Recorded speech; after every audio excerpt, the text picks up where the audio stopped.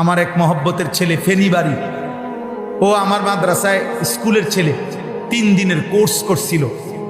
আমরা প্রতি 3 মাস পর পর আমার মাদ্রাসায় স্কুল কলেজ ইউনিভার্সিটির ছেলেদের জন্য অজু, নামাজ, সূরা, কেরাত, দোয়া, কালাম এগুলার কোর্স করি আর শিখাই আমার মাদ্রাসার উস্তাদ এবং বড় ছাত্র দিয়ে।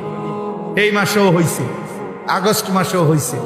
একবার প্রায় 350 ছেলে আসছে, আরেকবার প্রায় 150 ছেলে করছে।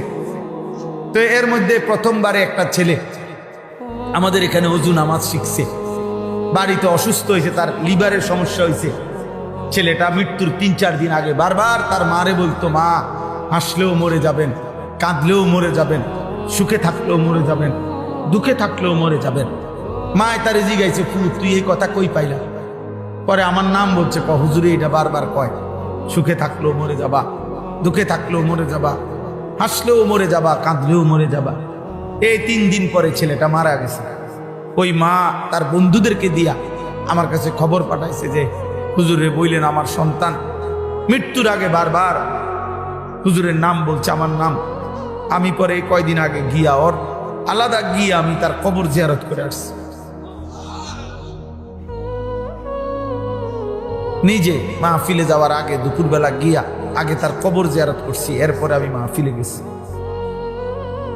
তাইলে বন্ধু তুমি তো চলে যাবা আব্বা,